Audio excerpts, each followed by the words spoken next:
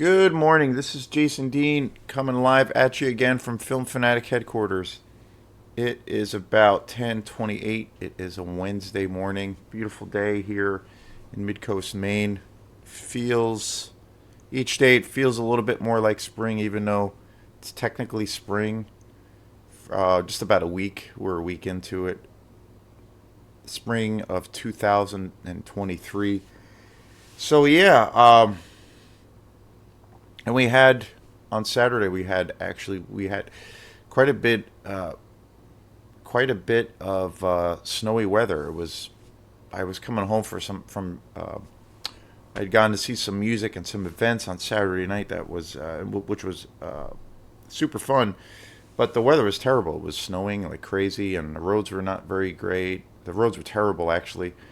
So but now all the snow seems like it's pretty much gone. There's no more piles of the white stuff. So yeah, so looking forward to when the season really changes and we feel like we've officially arrived in spring and Easter is approaching. So I hope everyone's doing good. Want to thank everyone for checking out this channel, some of the new subscribers, and like I've said before, it's always a very cool thing for me to kind of meet some new folks online. There's been more and more folks commenting on the videos, and I love corresponding with other fans of films. So really, really appreciate that. I love that. I really love that aspect of this whole channel. So yeah, so there's some things. This is going to be a new series of videos where I'm going to do my next installment of an entire franchise. So I'm very excited about that. So stay tuned. There's going to be a lot of videos coming your way that's going to be pertaining to a very specific franchise. So before I get into that, this will be the first video of this new series. Something I've been wanting to get to. It's something I feel like I really need to do because this franchise, means kind of means the world to me. It was, or it is, one of those franchises that really got me to become a huge horror fan, and it was a series of films that I got exposed to when I was a kid. And since then, I still find myself totally in love with those films. I've gotten some upgrades in some of the movies. I still need to buy some more. But I own all of them, mostly on DVD, some Blu-ray, but mostly DVD. Pretty good quality versions of those films. But before I get into the first movie of this franchise that I'm going to talk about, just talk about a couple other things. As far as like with Quantum goes, I love to give little updates on what's going on with that band and whatnot. We're going to be playing some shows coming up next month, or actually I should say in May. They're going to be coming up.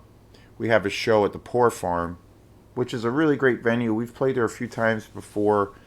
Hopefully the weather will be really nice because we've the last two times we played there, we had to play inside, which was good. But it's really nice to be able to play out on their deck. They have this big giant deck. It's a nano or a brew pub in Union, Maine. It's a really beautiful spot. Sits in this really nice forest. They make delicious beer, and they have this really beautiful deck that you can set up, and it's cool. It's got natural coverage from the sun or the elements. Nice acoustics, actually great acoustics. And I've played a few shows there before, and we've done about maybe 3 or 4 Quantum shows there.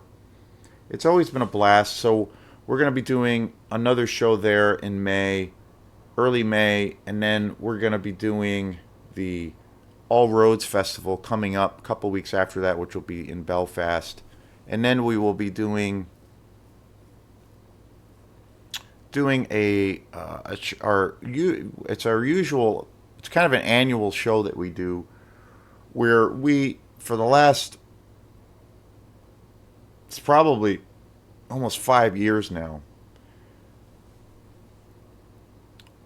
where Quantum's always played at the amphitheater in Camden, and that's one of my favorite locations. It's such a beautiful spot, and we usually do it every summer, where we set up our we set up play a 2 hour set. It's usually always on a Sunday afternoon, and we do basically a 2 hour set of our material. But it's such a beautiful setting, great acoustics, really cool environment. So we'll be doing that too. That will be coming up in June, and that's going to be falling on a Sunday. Stay tuned for things around that. And then we just did a show where we played at Myrtle Street Tavern last week, and we'll be back there probably in June. Myrtle Street Tavern's a really great local dive bar that I've always loved. They just started like an alternative music series where they're trying to do music that is, I guess you could say music that they don't typically have there. So we played there last week, and we'll be doing another show there. I think probably in June. So stay tuned for that once we nail down a date. So looking forward to that. And then also another show that's going to be coming up is we're going to be doing, or well, I should say early on when I first started Quantum, we kind of got our start doing like a handful of radio shows. That was kind of the first time. Technically, I look at those kinds of things as gigs too, but they're obviously it's a different kind of a setup or a different thing. But I look at doing those shows as a gig also, because you're playing a set, you're trying to present stuff in a concert kind of setting. But we'll be doing a friend of mine, Spencer Roulard, who I've done a few shows with. We did some shows. We've played together about 3 times. He has a really great electronic group called Method for Madness, and it's really great modular synth-based electronica. We've played a few times together. We played a show in the fall where we played at Ada's in Rockland, and then we did a little kind of private party gig, and then we also did a show this year where we played at the Gypsy Rose Tavern, which is a new venue that just opened. And Spencer is a great guy all around, but he also has a radio show on WRFR in Rockland, Maine. And his show is very cool because it's all he basically showcases all electronic music, but then he also breaks up his time on the air where he does a set of his own music, and around the Method for Madness thing. But we're gonna probably do it next month, but we're gonna do a live on air concert with Quantum on his show. We'll set up in the studio at WRFR, which is in Rockland, and we're gonna probably do that next month. April is right here, coming right up, which is just crazy. So we're gonna do a show around basically it'll be like an hour set or so where we will be playing on his radio show, and we'll do like a live set of some Quantum stuff. And so once that is all solidified with the details and all those good things, you'll see some promotion for that. So looking forward to that. And yeah, we'll see. We'll see. Trying to keep the ball rolling. And one of the things too, we'll see how things work out this year. But really looking forward to releasing Chapter 2 of In Dreams I Saw, which was it's the second part to the album that we released June of last year. We had an album release party, and it was our first album in about 4 years. And when we recorded that, we ended up recording enough material for 2 albums. And we were going to release it as like a double album, but then we thought, well, maybe that's a lot of music. So what we decided to do was just record. We recorded all the material, but then we decided to break it up. So we just focused. we've been just focusing on one album at a time. So we released the first chapter last month. I mean, the last month, last year in June, and so the second one is all ready to go. So we might release it this year, like maybe obviously spring or summertime, probably summertime if it gets put out this year. So yeah, stay tuned for that. So we'll see with see how things work out as far as lining up a venue and making an event. I still I'm pretty old school when it comes to a lot of things, but I still believe that you know when bands put out new albums and new records or whatnot, I think there's still something special about having like a CD release party, which back in the day was a regular thing where bands would whether they had their first album put out, whether it was like say in CD format or record format or even cassette.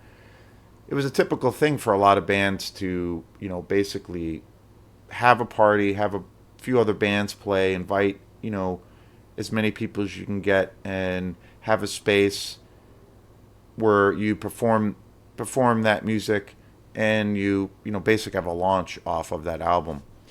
Things have changed, obviously, very much so. Where lots of bands now, with because of streaming and various other things, a lot of bands don't do that anymore, and they just will put things out digitally. There's still bands that do that, and that do. I mean, a lot of bands still really, really rely on merchandise, T-shirts, swag, stickers, and all those kinds of things, and actually, physical copies of their music, through CDs and records. Records has really exploded, and vinyl has really, really been a big thing. So bands still do that's still a thing that bands do. It doesn't happen as often, but I don't know. I feel like for us as Quantum, we started doing those kinds of events with our album, "The Stars Beneath Our Feet," which came out about 4 years ago, which is hard to believe. We had put out a couple albums before that, and we never had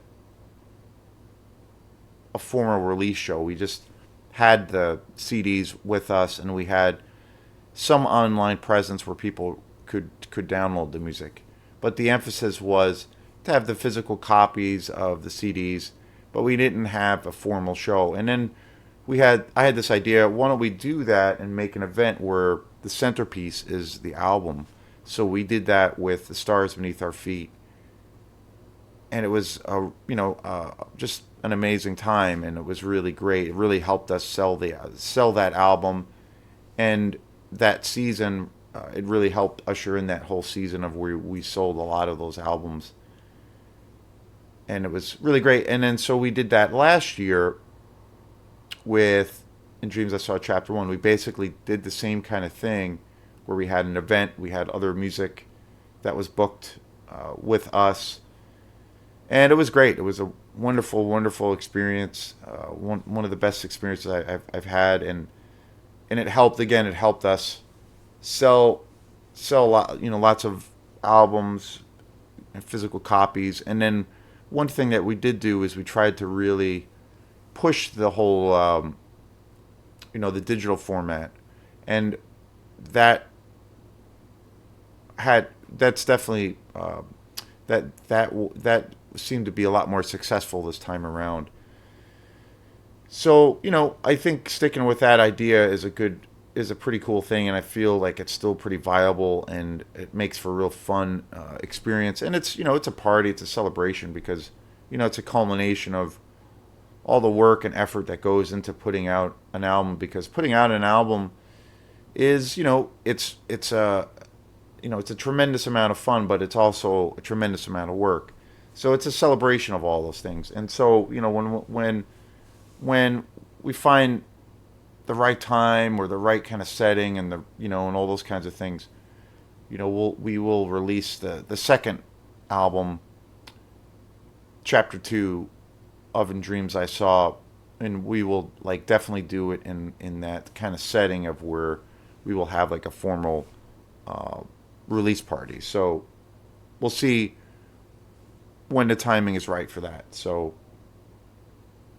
today's show, like I said, this movie is gonna, or this show, which is gonna be the first of a series that I want to do, because I just feel like again it's something I need to do just because it's such a part of my DNA, and that is all things Dracula that is all tied to the Hammer Studios, and especially centered on Christopher Lee.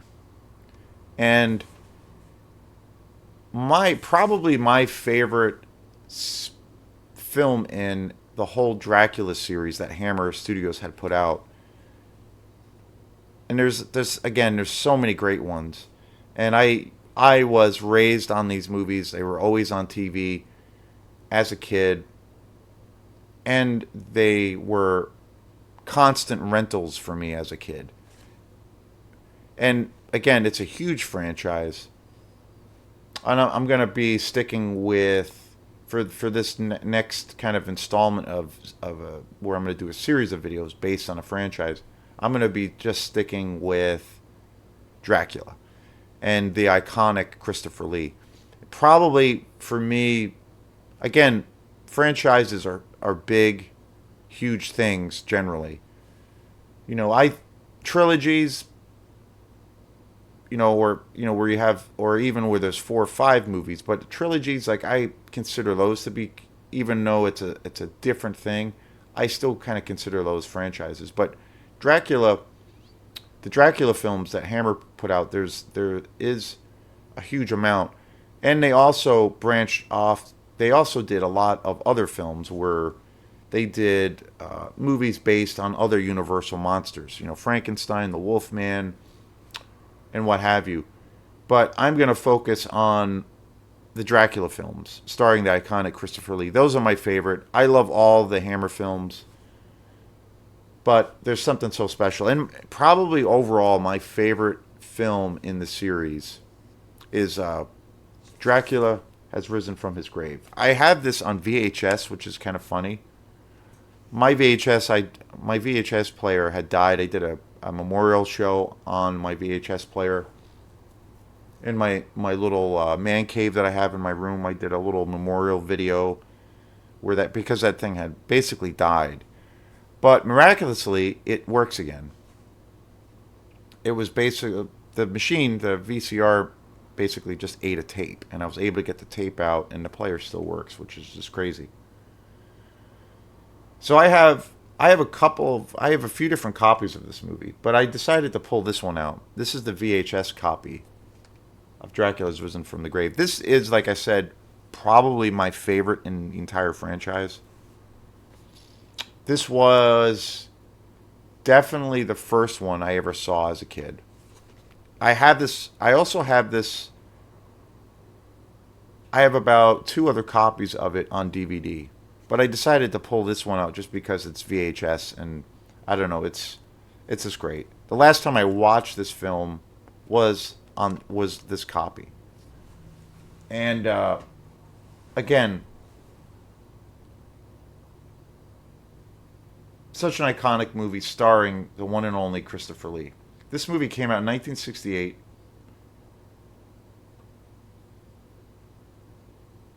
A small Transylvanian town, a small Transylvanian village receives the full brunt of Dracula's terror after a priest exorcises his castle.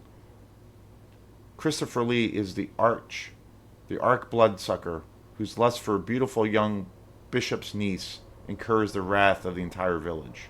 And it was directed by Freddie Francis in 1969, with the music by James Bernard.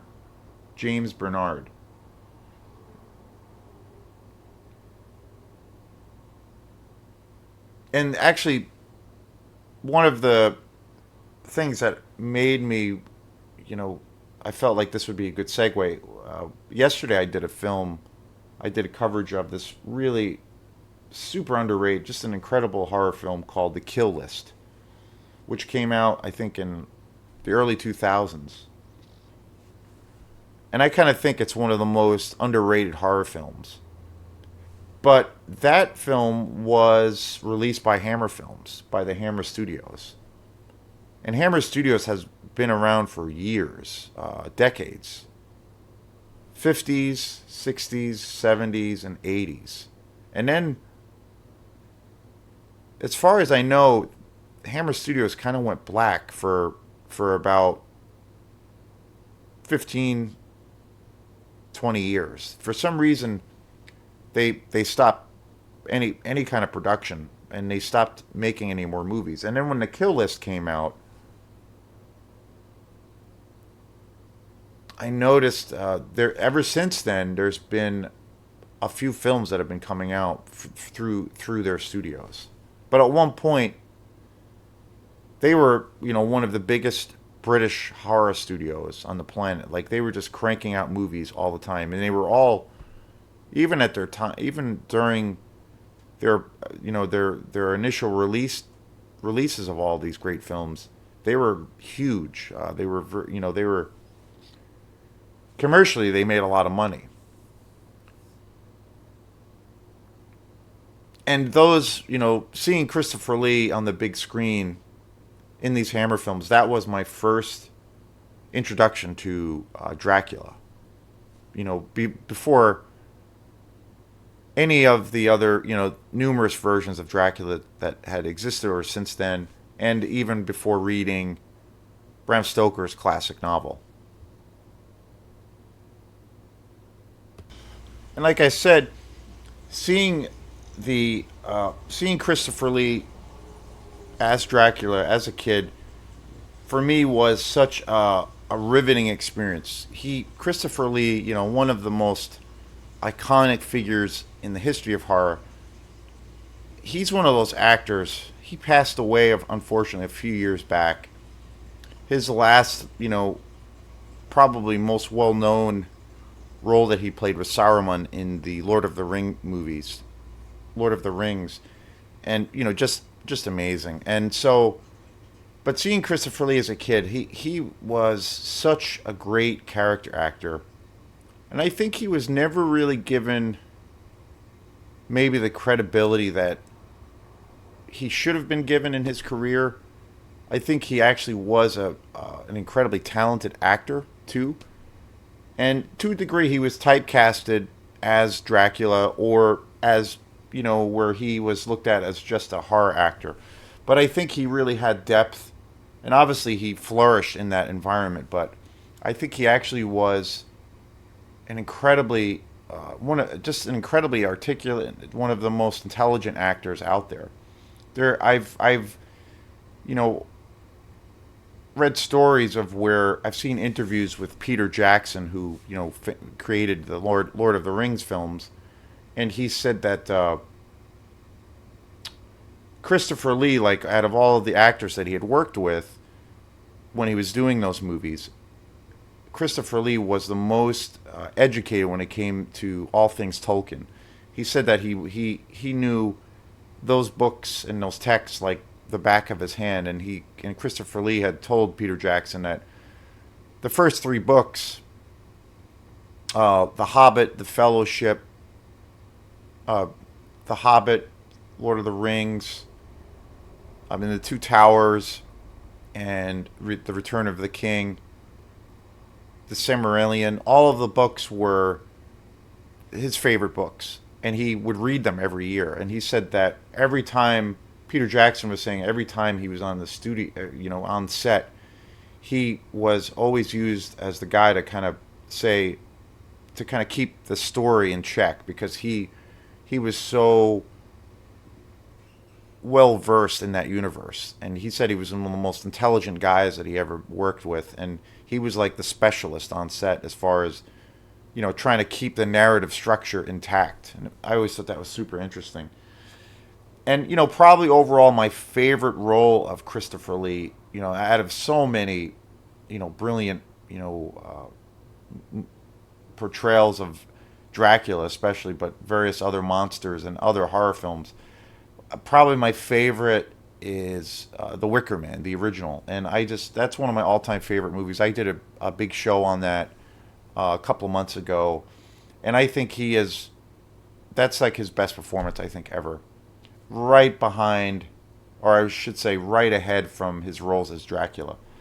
Just just such a great character, and he as an actor he showed lots of different shades to that character, or and had lots of different shades, and but just that remains for me probably my favorite role of Christopher Lee's long and also incredible career.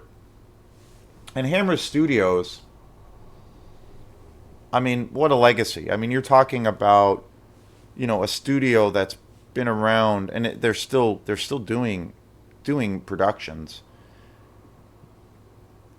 and to see like how many movies and how many decades that they've been around and how successful they've been, is pretty miraculous. Hammer Studios is a British film production company that's based in London. It was founded in 1934. The company is best known for a series of the Gothic and all of the fantasy movies that were made from the 1950s until the 70s. Many of these films include horror characters such as Baron von Frankenstein, Count Dracula, and the Mummy. And Hammer basically reintroduced all of these universal monster characters to the big screen. One of the interesting things about it was, in definitely pertaining to Christopher Lee as an actor, he's always said, in various interviews during while he was alive, and and always reflecting back at his time and when he worked with the Hammer Studios, he was always really at odds with the various executives and especially the various directors that he worked with. And again, he worked on many, many movies that I'm going to get into in a minute at Hammer Studios. I mean, just an incredible list of different films. But he was always, when it came to Dracula, he was really at odds with how the direction was and the stories that they decided to go with.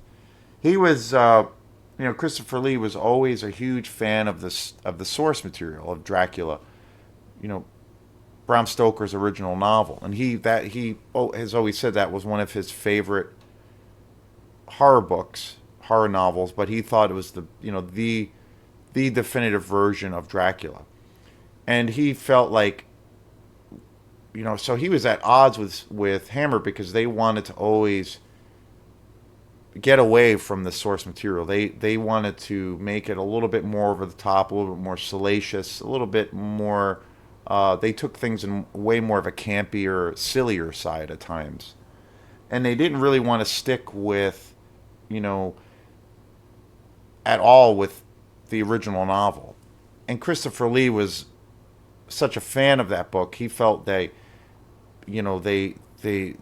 should have used that as the source material because he I don't know, he never was really he was never really proud of those films. He never, even though those movies and his portrayal of Dracula definitely established him as a horror icon, one of the most well-known actors in horror, period. He didn't really regard the movies to be that good, and he was always at odds with Hammer for taking, real extreme liberties with the character. So I always found that was really interesting, that there was that tension between the studios and Christopher Lee all the time. But yet it was, at the time too, it was definitely a cash cow because they were making lots of money, and so he just kept, signing up to do it. But at the same time, he was, I guess you could say artistically, he was always in conflict with him, and I always thought that was really interesting. And I get his argument. I get, because I mean, Bram Stoker's original novel, of course, it's like a masterpiece. But if you're a fan of the horror of the Hammer films, particularly the Dracula ones, and you're You know, you've seen them all, like I have. They don't resemble that original source material at all. They're definitely more campy. They're definitely more silly. They get a little bit bananas at times, but I love that. I love that they get so outside of the box at times, especially the later ones. Um, the ones that the Dracula films that came out in the '70s. You know, like the Satanic Rites of Dracula, which is kind of crazy and bonkers, and then also Dracula AD, which is probably my second favorite, or really close to being my favorite one.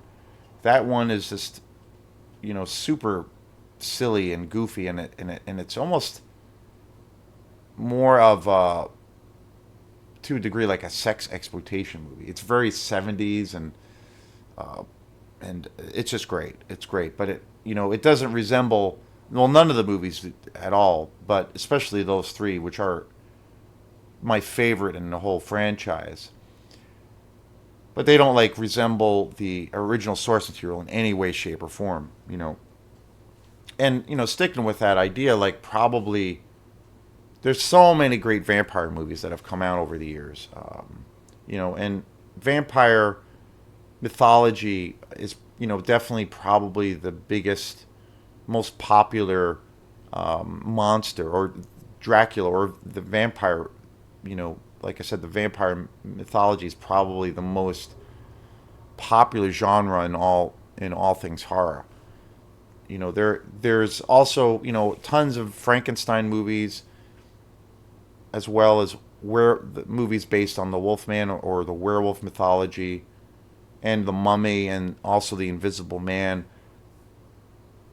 But the sheer amount of movies that have come out, and franchises that have come out around the vampire mythology, is just massive, and that definitely remains to be the most popular of those monsters in the whole world of horror. Probably the greatest. And again, there's so many vampire movies themselves. Just vampire movies alone, and also Dracula movies. There's so many great ones, and they run the gamut. But I think probably the greatest movie ever made that's about Dracula is probably Francis Ford Coppola's Dracula with Gary Oldman. That to me is probably the definitive version of Dracula, and I feel like it's probably all around the greatest vampire movie ever made. I mean, but the interesting thing with that is that film really does stay pretty close to the source material. It talks, or it really deals a lot with the novel written by Bram Stoker, but then it also takes into account the real life character of Vlad the Impaler. And it blends both of those things. So it has some areas of where it is kind of steeped in reality to a degree, but the source material is all there. I think it's really, really, the emphasis is is Bram Stoker's novel, and you see that on a big screen, and it's comparing that to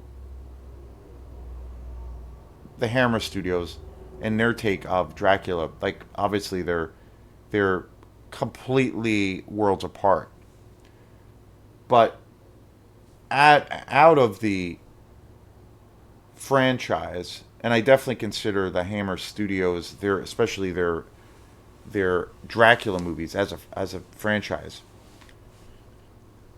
I would definitely say that overall, Dracula Has Risen from the Grave is probably my favorite, and it's mostly because I feel like this one has such an incredible the just the atmosphere is just so incredible. It's really, I feel like it's more gothic. It's got this gothic kind of flavor that runs throughout the movie more than any of the other movies. And Christopher Lee, his presence, where he's not even, there's scenes of where he's not even there's not any dialogue, but his presence on screen is just so commanding and menacing and frightening and yet sexy and mysterious. I mean, just I'm amazing. Like you can just watch him for hours on the screen, and he is just like completely mesmerizing. His whole presence and his whole demeanor, the way he would carry himself, really intimidating, and just so many different things when you see him on the big screen that come to mind. And I feel like this movie has the greatest atmosphere, and I think it's the most commanding performance he Christopher Lee ever gave of Dracula by far. And that's why overall, like it's hard to say because there's so many movies, but that's why overall this movie in particular is my favorite of the franchise. And the one of the coolest things about Hammer Studios was that they had this real a very campy take on things, and they also a lot of the films play out almost like theater pieces because everything is really over the top and they're kind of silly and campy, and there's lots of blood and there's semi nude women running around, so there's always the sexual component. But they're really silly and campy, but there's also this really heavy duty kind of gothic flair to them. And they Hammer Studios was really well known for their giant and their elaborate set pieces, particularly around Dracula's castle, where they just had these massive sets that they would use, and it really a lot of the people that were involved in the Hammer Studios, had backgrounds in theater, so they brought a lot of those kinds of aesthetics to their production. So you kind of feel that in the film and see that on a big screen visually. So their giant set pieces were always just massive and just gorgeous and gothic and very mysterious. And you're when you'd see a film, when you'd see one of their films, you were like transported to this alternate universe. And so that was one of the characteristics I've always felt that made Hammer such an amazing studio.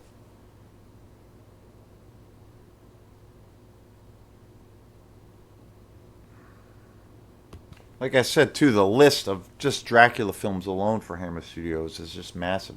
There's The Brides of Dracula. That came out in 1960. And all of these films obviously star Christopher Lee. Massive list. Dracula AD 1972, which is one of my favorites, if not my favorite. Taste the Blood of Dracula, which came out in 70. The Satanic Rites of Dracula, which is such an awesome movie, and it's totally bonkers. I think it's one of the strangest films in the series, but awesome. There is Dracula, Prince of Darkness, which came out in 1966. Scars of Dracula. And then this one, Dracula's Risen from His Grave. Countess Dracula, Twins of Evil. The Seven Brothers Meet Dracula. Dracula and Son. Count Dracula in 1970. Just so many movies. And I do own all of the films. I own pretty much all of the Hammer films, including the other movies that are more, the other Universal portrayals, other Universal monster portrayals that they have, with the Mummy and Frankenstein and things like that. But I do own all of them. I only have a few of them on Blu-ray, unfortunately.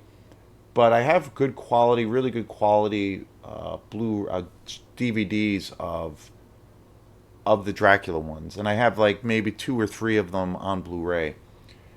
But I need to eventually get an upgrade and buy each one, like get a good collector's edition, because I feel like that's essential. But yeah, so this is, like I said, this is overall my favorite in the entire Hammer collection when it comes to Dracula. Just so amazing. I mean, just look at the artwork. I mean, just all you got to do is stare at Christopher Lee for a second. You just know he means business. So stay tuned. This will be the first of many shows to come where I'm going to talk all about and go through each of the Dracula movies starring Christopher Lee for the infamous studios known as Hammer. So, thanks again. We will see you next time. Peace.